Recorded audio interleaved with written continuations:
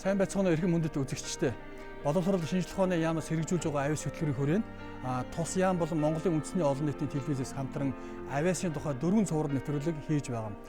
Эхний нэвтрүүлэг бол яг цэвэр авиас гэж юу, авиастан гэж хэн бэ? Авиастан болон нийгмийн хоорондын харилцаа хамаарал юу? Сүүлд нь тэгээд хүүхдийн авиасыг нээж хөгжүүлэхэд ер нь одоо нийгэм боловсрол сургуулийн байгууллага ямар холбоо хамааралтай гэсэн ийм 4 цуврал нэвтрүүлэг байгаа. Яг энэ удаагийн нэвтрүүлэг маань энэ нэвтрүүлгүүдийн дундх нь буюу 3 дахь нь биднээсээ ярилцах өнөөдрийн үндсэн сэдэв бол авиастан нийгэм хоёрын хоорондын харилцан хамаарал байгаа.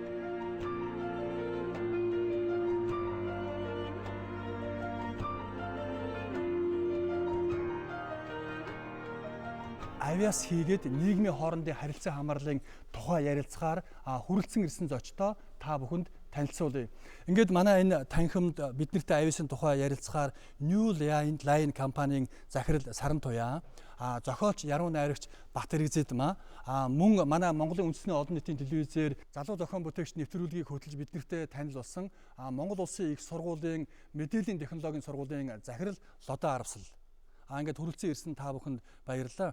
Өнөөдрийн биднээсийн энэ нэвтрүүлгээр нийлж ярилцах байгаа хамгийн гол сэдэв бол сая миний хэлснээр авиастан хийгээд нийгмийн хоорондын харилцаа хамаарлын тухай байгаа.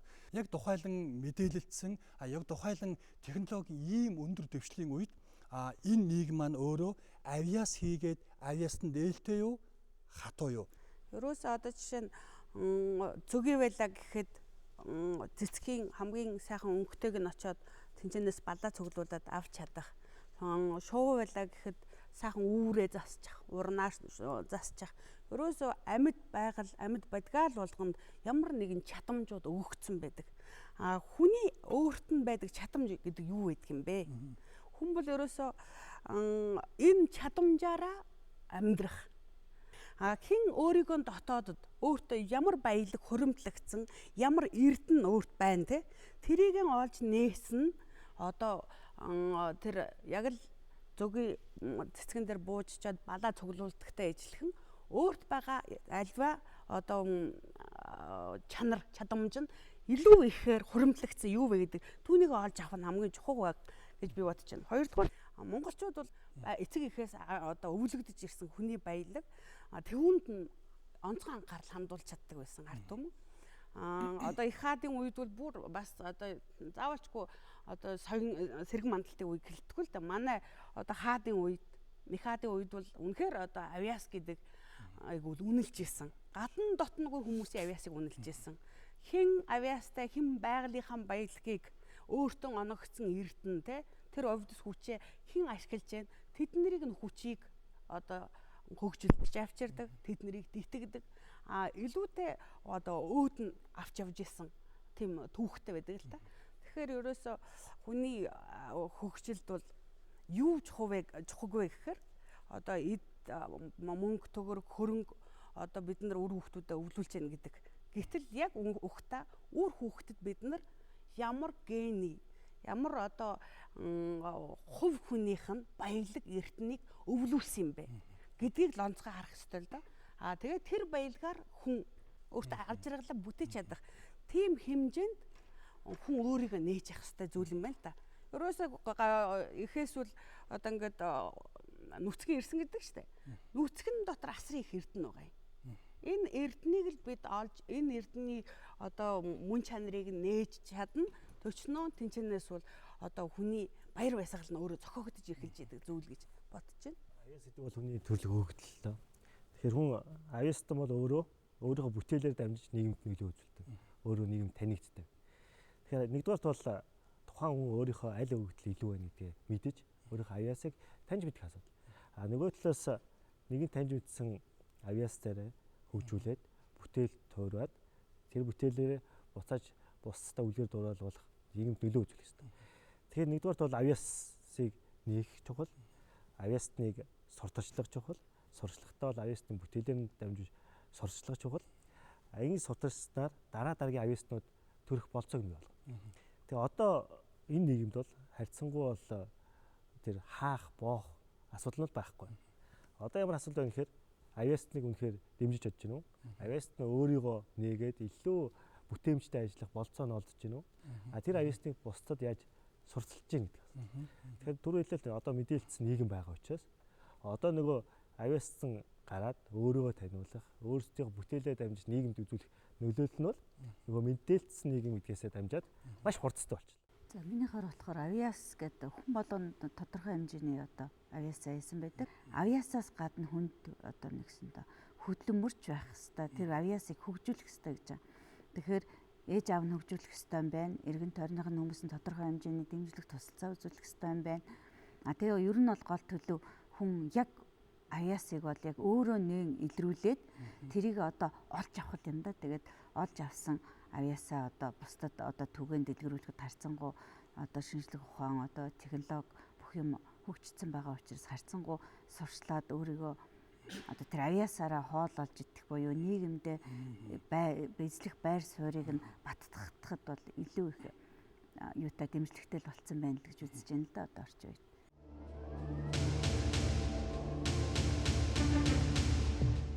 Бидний хийж байгаа жинс яалтчгүй монголчуудад зориулж байгаа. За тэрийг хийж байгаа үйлдвэрлэж байгаа хүмүүс маань өөрсдөө монголчууд.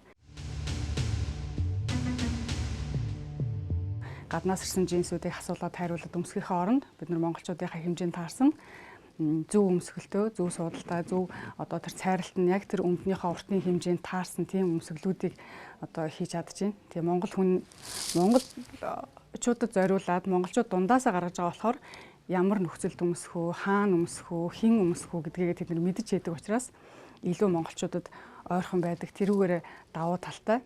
Энэ дээр бол монголчуудын уур чадвар, авьяас, тийм ээ, угийн тийм унган IQ өндөртэй хүмүүс гэдэг нь харагддаг.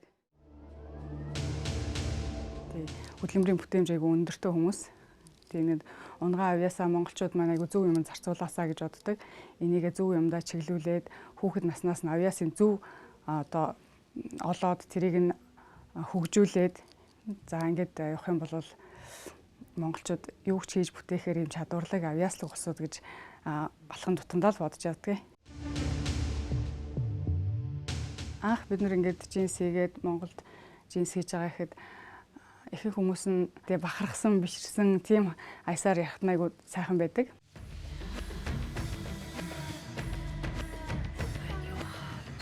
Би өөрөө урд нь хизээч ингээл удирдах ажилчин менежерийн төвшөнд бол хүмүүсийг удирдаад явж ийсэнгүү хүнтэй харьцаад шинэ мэхлээд бүр ингээл эхнээс нь эхлээд тэгээд тэрийгээ суралцаад өөрөө боловсраад бусдыг боловсруулад тэндээсээ бүтээл гаргаад ингээд явхад мэдээж бас их юм сурч байгаа юм л та бараг тэр чинь ингээл дахиад нэг дээд сургууль төгсөж байгаа юм шиг юм болж байгаа шүү дээ. Тэгэхээр тэнд байсан нуугдмал авьяасууд ч бас илэрдэг баг. Манай ээж их уран хүн байдгийн тэгээд юуны технологийн багш насаараа хийсэн. Тэгээд авьяат багш хүн байдаг. Тэгэл бидний хувцсыг бүгдийг нь ойдог байсан. Олон хүүхдэд зааж сургасан. Би дүүтэйгээ хамт энэ бизнесийг эхлүүлсэн. Бид хоёрыг одоо энийг шийдээд яг энэ бизнесийг одоо ингээд юм оюмл хувцсны одоо бизнес эхлээд монголчуудын өмсдөх хувийн хувцс хийж болно гэсэн санаа ингээд анх төрөхөд тэр айгүйх түлхэц болсон баг л та. Тэгээ Монгол хүн болгоныг жинсээр хангах юмсан, өшөө цаашаа гадагшаагаа экспортлох юмсан. Одоо манай хойд хөрш чинь те одоо энэ эрх хүмүүж те энэ улаан өдмөж энтрээр бол хүмүүс ирээн рүү монголоор дамжаад ирээн рүү гарч жинсээ аваад буцдаг ш те. Тэр замыг нь бид нэр ядаж дундаас нь таслаад Монголоосоо гадагшаага үйлдвэрлэх юмсан, Монгол брендийг дэлхийд таниулах юмсан, тийм ээ. Монгол брэнд гэж их ярьдаг болчиход байна те. Тэгэхээр бидний хийж байгаа юм брэнд болоосоо брэнд байхын тулд бүх юм нь л одоо чанарлаг байх хэвээр, стандартыг шаардлага хангасан байх хэвээр. Сайн сайхан бүтээхийн тулд хүнээс асар их төвчээр хэрэгтэй, цаг хугацаа хэрэгтэй, мөнгө хэрэгтэй, бас ямар нэг юм золиослох хэрэгтэй. Тэгж байж хүн амжилтанд хүрнэ. Тэгж байж сайн сайхныг бүтээн, сайныг бүтээ гэсэн сэтгэл байхад сайн сайхан аяндаа л өөрөө ургаад гарна.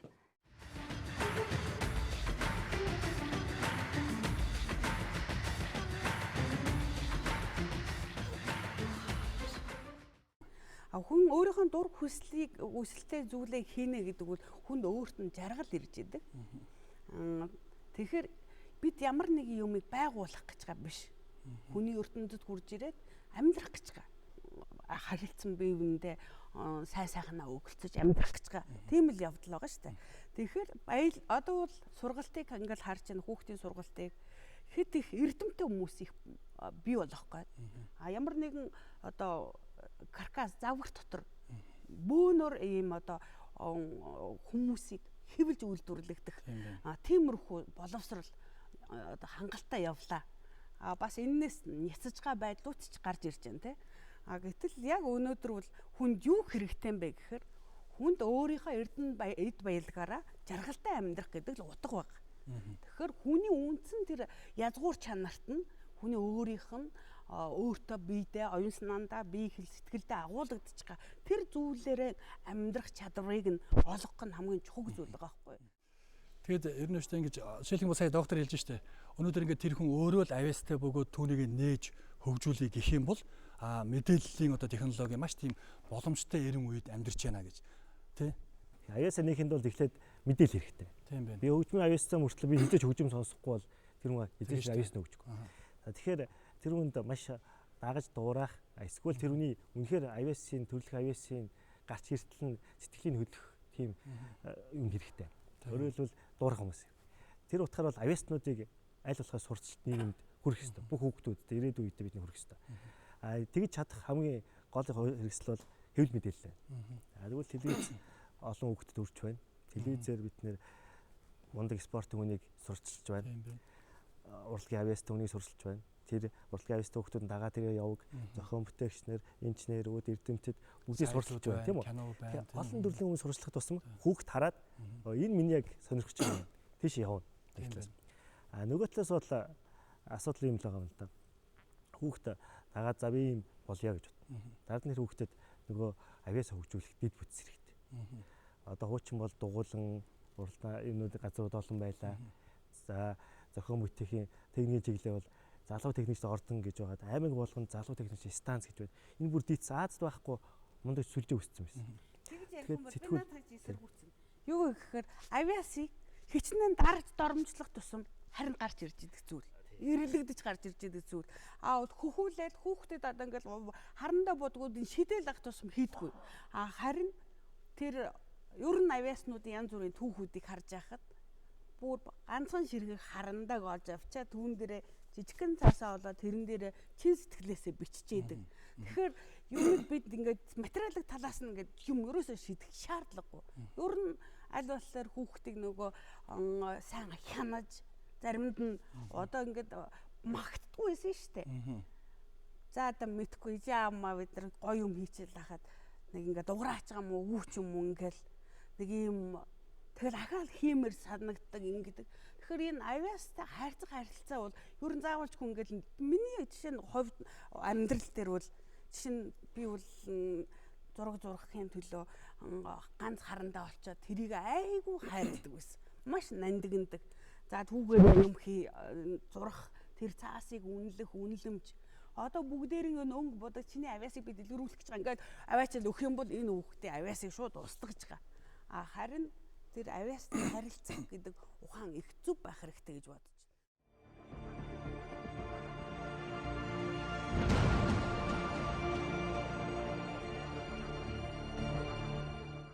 Спорт гэдэг маань л миний ерөөсөө төрснөөсөө эхлэл бараг амьсгалсан бараг тийм орчин байсан. Шүхрийн хамт олон мөн цэргийн анги байгууллагт аав ээжтэй минь хамт ажиллаж байсан. Тэр үеийнх нь бүх хүмүүс бол намайг андахгүй мэддэг. Жоохон байсан. Тэр үед чинь 7, 8-тай ч юм уу тий. Тэгэл шүхрийн нэвхэл манай аав өөрөө хурж ирж үзлэгийг 1, 2, 3 дахь үзлэг гэдэг. Тэрийг үзлэгийг өөрөө хурж ирж үзчихээ. Тэгэл миний ихэж өгсөн шүхрийг манай аав өөрөө донгоцондоо суугаа авчдаг. Одоо хожим нь ингээл шүхэрчэд ч юм уу ээж мэж ч гэсэн ярьдаг л та.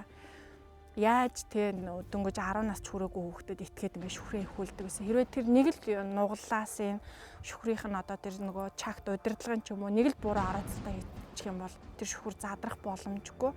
Тэгэхээр тэр аа маань одоо өөрхөн бүх амь насыг ч юм уу тэ надаа ингээд даатгаад надаа их хитэгдэг. Заримдаа нэр ямар амар ч юм бэ гэж бодогдохоор 10 настай байхад наадмын үзүүлэлт тоглолтод онгоцноос 60 метрийн хороосноос дүүжлэгдээд ингээд стадион дээр тойроод явдаг. Яг тэр үзүүлбэрийг болохоор би ээжтэйгээ бас нэг инхтэй ингээд шүхрийн нэг ахта бид 3 үзүүлжсэн. Аа маань яг удирдаад. Тэгээд гуруула 3 өнгийн утаа ярьцсан. Би цагаан өнгийн палаж тийм өмсөд ээж маань улаан өнгийн нөгөө ах нь бас юм цэнхэр өнгийн жилүү 3 тод өнгийн хувцастай. Тэгэл тэрийг давтжээ ч гэж тэрийг үзүүлэх гэж гэж ээжтэйгээс олон удаа тэр үзүүлбэрийг давтаж үзүүлжсэн. Тэгээ өөрийнхөө сонирхсан юмдаа бол заавал хүрдэг. Тэг ямар нэг юмнаас нэг айхтар айж бэрхшээгээд ч юм уу те яана чадахгүй болоо гэж хизээж тийм боддгоо. Тэгээ тэр бүгдийг маань бас ээж аа маань их дэврээж өгж бас их дэмждэг байсан учраас бас өнөөдөр юм байгаа хаа. Бид нар ч хоёулаа агаар спортын төрлийн хүмүүс байсан учраас одоо хүүхдийг бол багаас нь бол би бэлтрийг хөгжүүлээгээл аав нь бол 5 настай 1-р ангид орсон тэр үеэс нь эхлээд спортын төвөртөнд уран сайхны гимнастик, уушуугийн секцээр бол бэлтгэл хийлгэжсэн. Баг байхад маань л аа маань одоо юу гэдэг марш тактикийн тэмцээнд хүртэл ингээл гараал явахта нөгөө айрмынхантай хамт бэлтгэл гарцсан. Тэгээ байж байгаад миний охин бууд одоо нөгөө мөрөдөө бод болно гээл тэгээ сайн бодох юм бол чихэр өгөө шиг бол 24-ийн чихэр мэхэр өгөөл гих мэтчлээ ингээл анхал ерөөсөө спортоо маань таниулж өгсөн, хөдөлж оруулж өгсөн юм маань аав л да.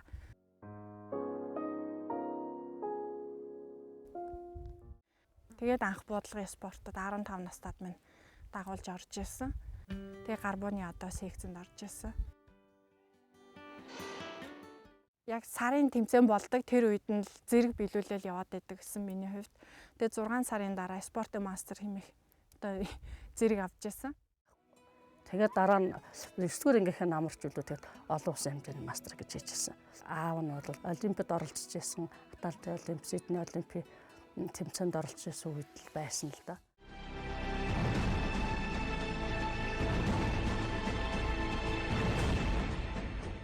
Миний хувьд бол хангалттай сайхан амжилт гаргасан. Онооны хувьд ч гэсэн сайхан онсон олимпийн рекорд амжилтыг давтсан.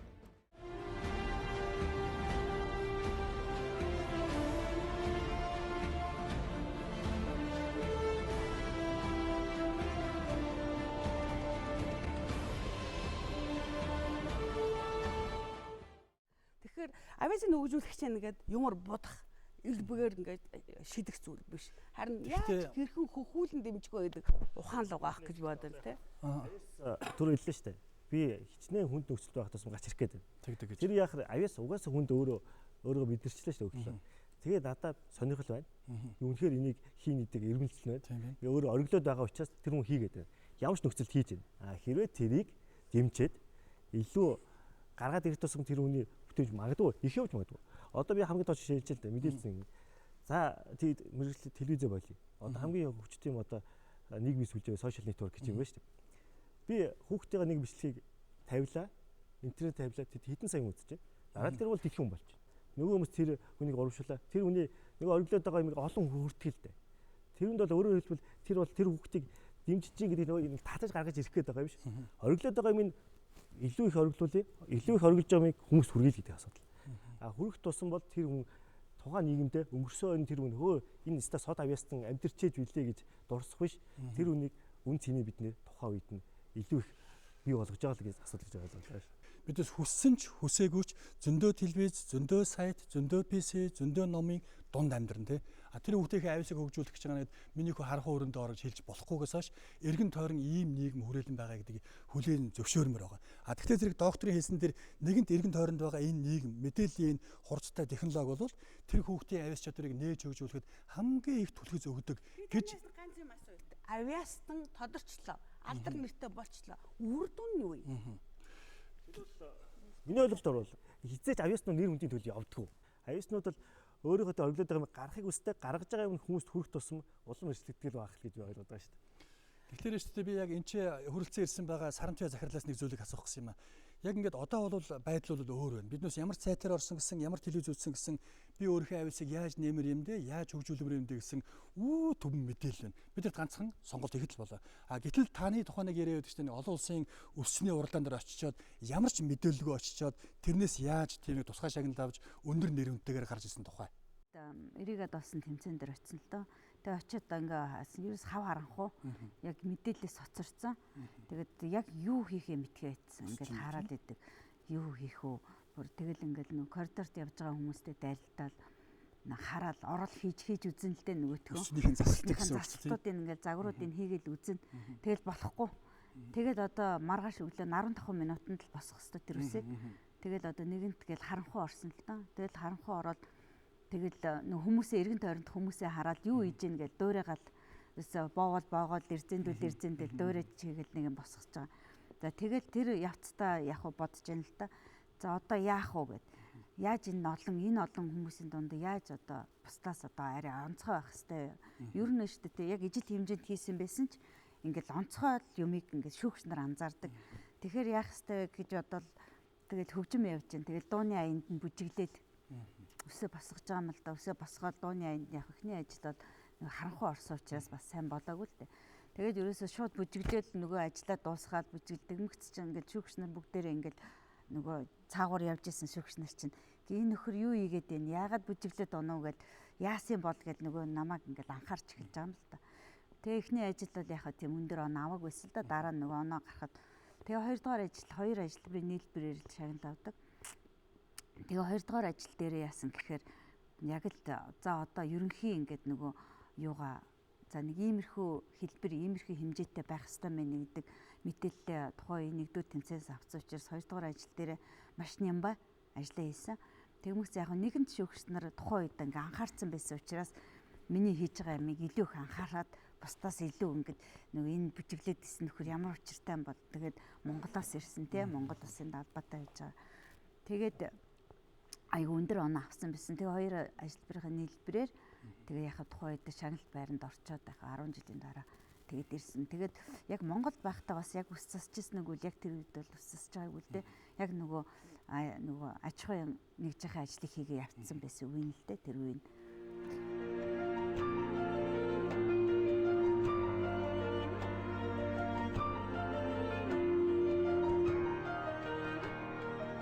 Одоо лодон харамс докторийн одоо энэ одоо салбар бол одоо мэдээллийн технологид илүү шүтсэн салбар байж болох талтай. Гэтэл манай зохиолч Батэр Гиздмагийн энэ яруу найргийг бидээс ингэ төсөөлөхдөө ямар нэг юм чимээгүй, ямар нэг тийм нэг намуухан бусдаас илүү тийм нэг хол байгаа орчинд илүү сайн турагддаг юм шиг. Гэтэл таны наад салбар бол байн хүмүүсийн дунд байж ингэж гоо сайхны эрхэмлэгийг өндөр тавж явснаа хэрэгч боломжтой юм шиг.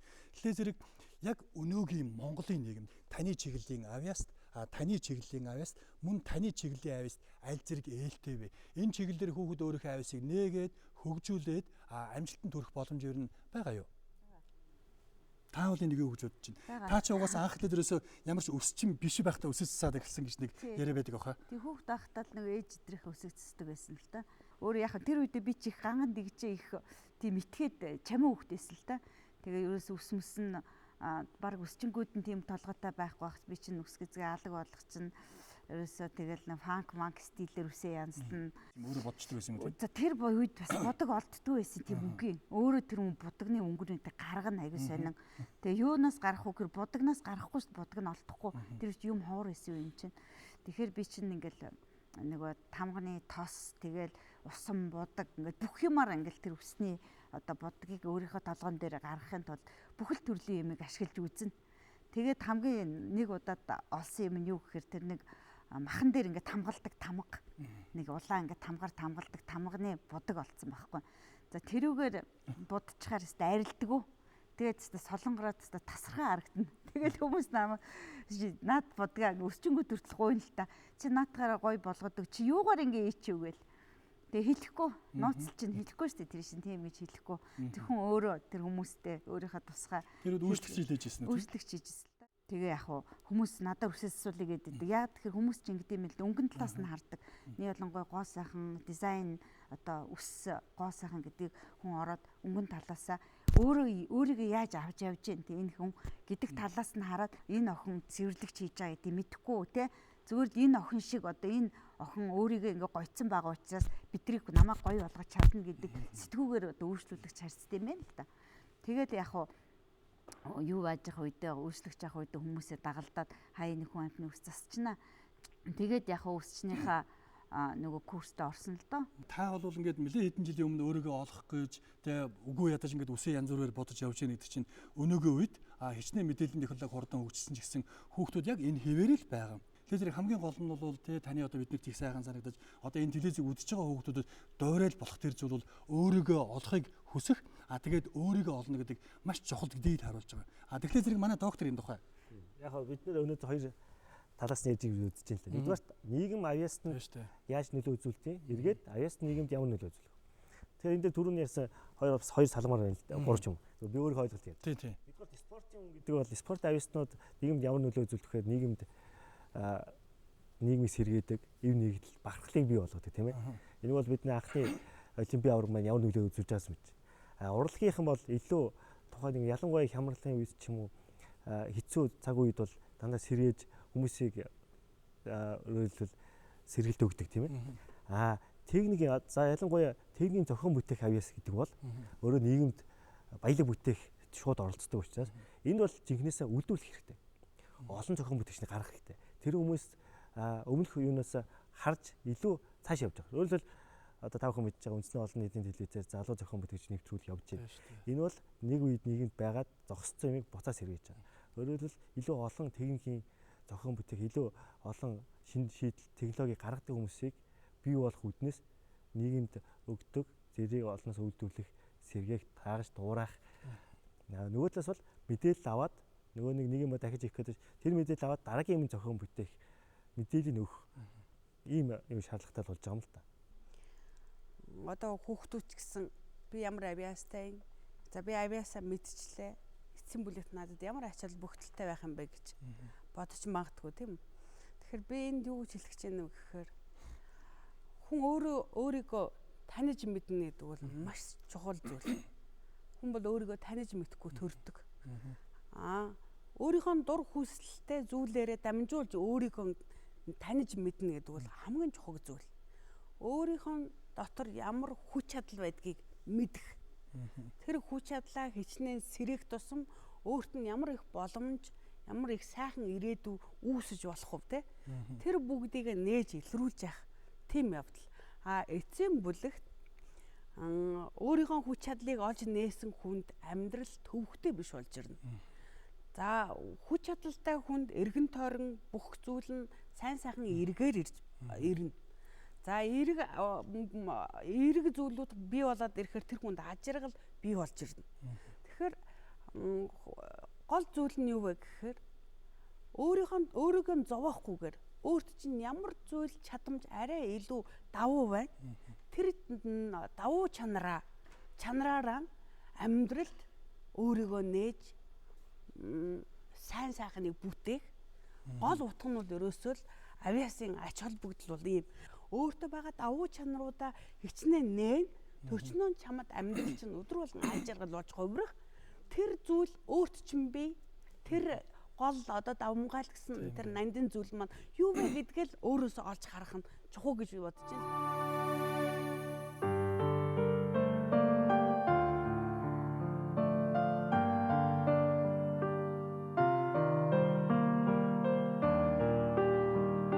Миний бодлоор авьяас гэдэг бурхнаас хүн бүхэнд яг хувь тэнцүү хүн хүртээсэн тийм бурхны бэлэг байдаг байх гэж би боддог. Гагцгүй тэрийг хизээ нээж илрүүлэх үү, хэн нээж илрүүлэх үү, түүнийг хэрхэн одоо өнгөлж тардах уу гэдг нь хувь хүн бүхний одоо хөвчин зүтгдээс шалтгаалдаг тийм зүйл байдаг байх.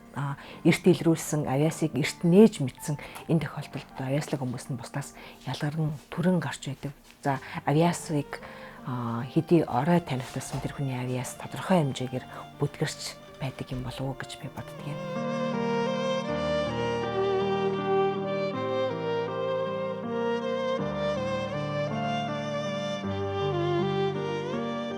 Миний хувьд Монгол Улсын боловсролын их сургуулийн утга зохиоллын ажилтны ангид одоо суралцж 4 жил суралцаа зохиолч, уран зохиол судлаач гэдэг энэ мэргэжлэр төгссөн л да. Тэгэхээр үндсэн мэргэжил маань бол зохиолч.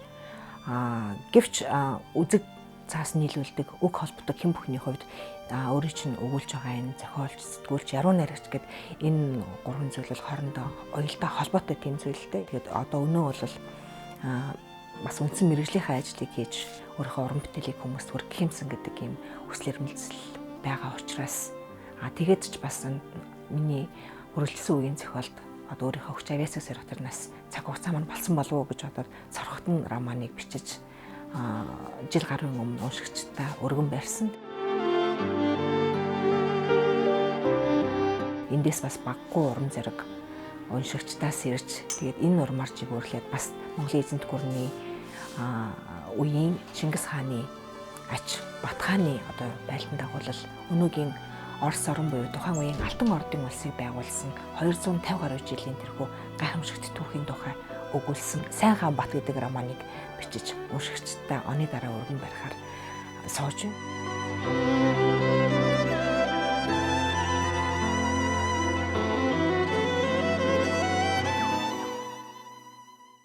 Авиас гэдэг энэ зүйлийг гаргаж ирдэг хамгийн чухал тэр зүйл нь бол цаг хугацаа, за дээрээс нь хөдөлмөр байдаг болов уу гэж боддог. Тэгээ миний хүүхдүүдэд ямар авиас бага наснаас нь яаж илэрч байна вэ гэдгээ би анхааралтай ажиглаж харж байдаг. Том хүүгийн маань хувьд бол тодорхой хэмжээнд бас урлагийн салбарт хөл тавих тийм хүн болох юм болов уу гэж анзаарч харж байдаг. За бага охин маань ч гэсэн бас эмтлийн хүн болох болов уу, учир нь аав нь хөгжмийн боловсралтай хүн байдаг. Тэгээ төгөлдөр хуур гэдэг энэ хөгжмөн дээр огт сууж энэ хөгжмийг тоглож үзээгүй байж байгаад сайхан суусан. Тэгээд төгөлдөр хуур тоглож байхад хуруунуудаа яаж салгаж, ямар байрлалд яаж тоглохыг тэр хүүхэд хинч зааж өгөөгүй байхад өөрийнхөө мэдрэмжээр тоглож байгааг нь анзаарч хараад бас тодорхой хэмжээнд урлагийн хүн болох юм болов уу гэж бодож явдаг шүү дээ.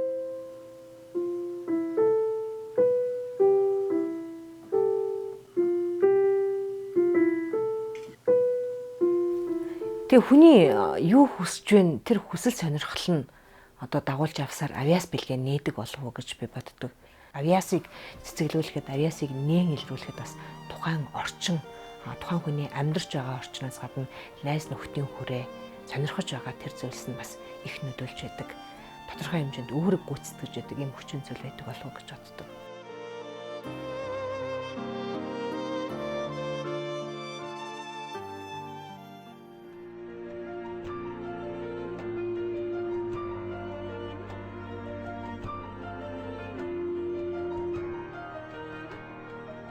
Ингээд ямар нэгэн байдлаар өнгөж бодох юм бол ингээд яруу найраг бол тийшээ шинжлэх ухааны технологийн хөгжил тийшээ баймаар боловч одоо таныг өөрийнхөө фэйсбүүкэд тэгээ яруу найрагаараа 50 гаруй мянган дагалдагчтай болсон гэж дуулсан байх юм би. 45 6 хоногийн дотор 200-аа шүлэг бичсэн.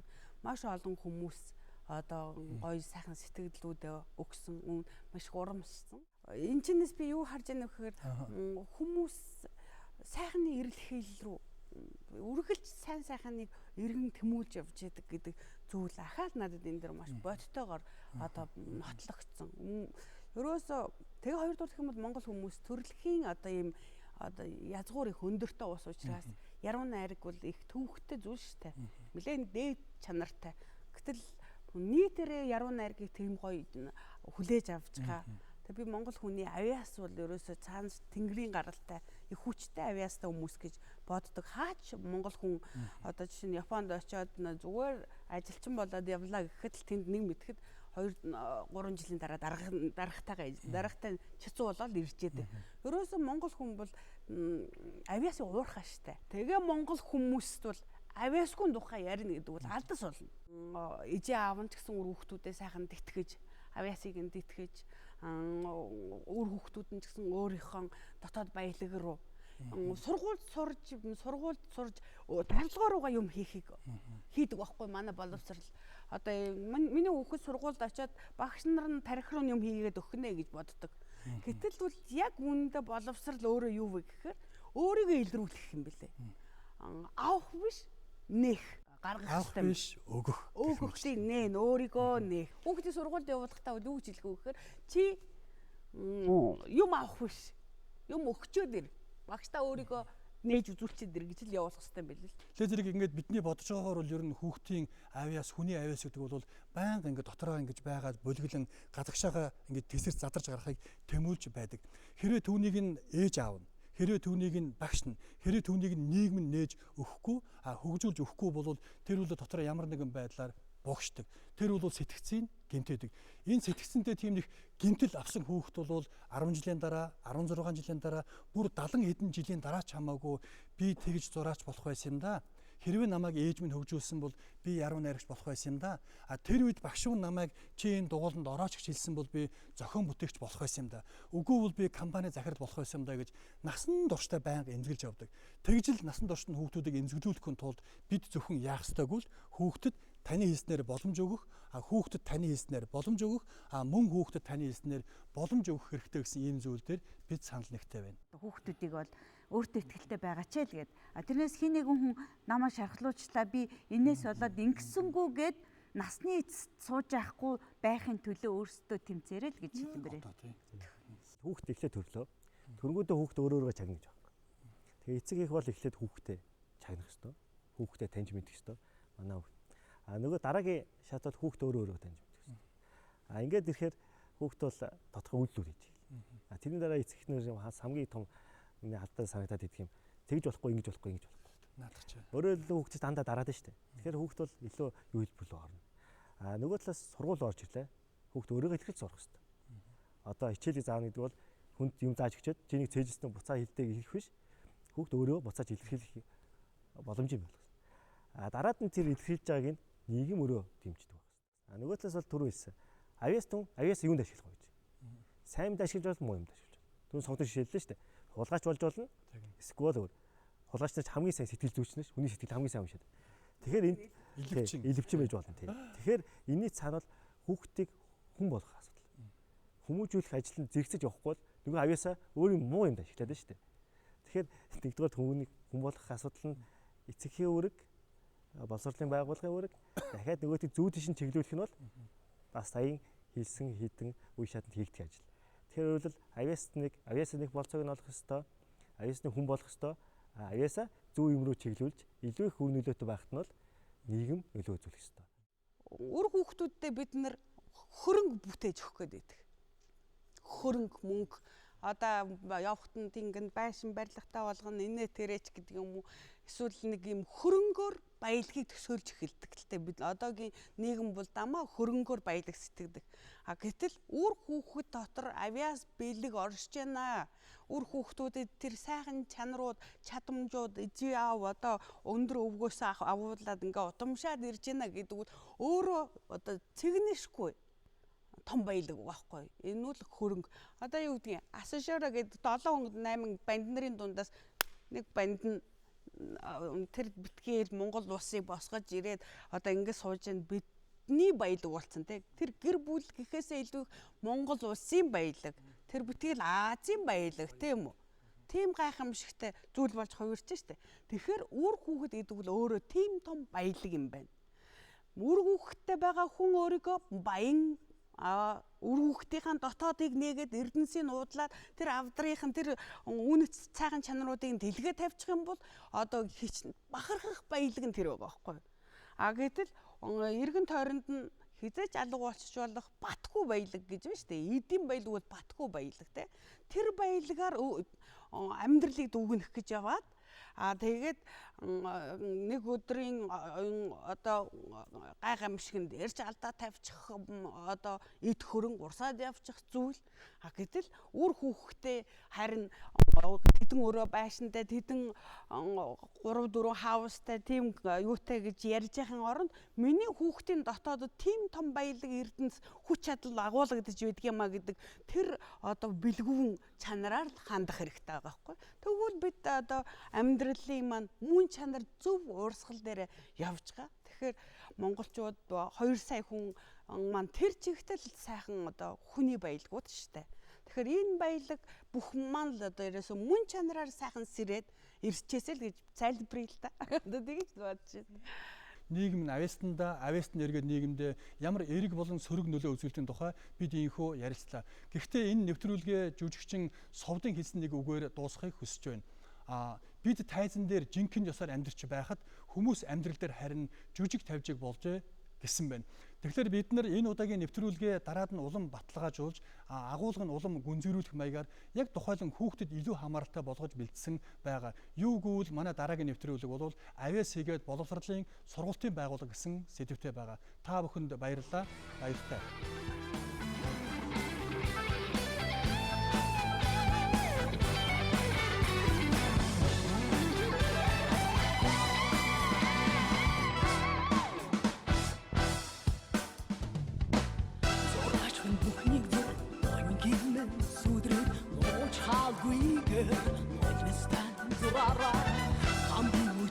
явъя намрын шүтэн зураараа тэр зураг үнэлж барамгүй ганцхан хөл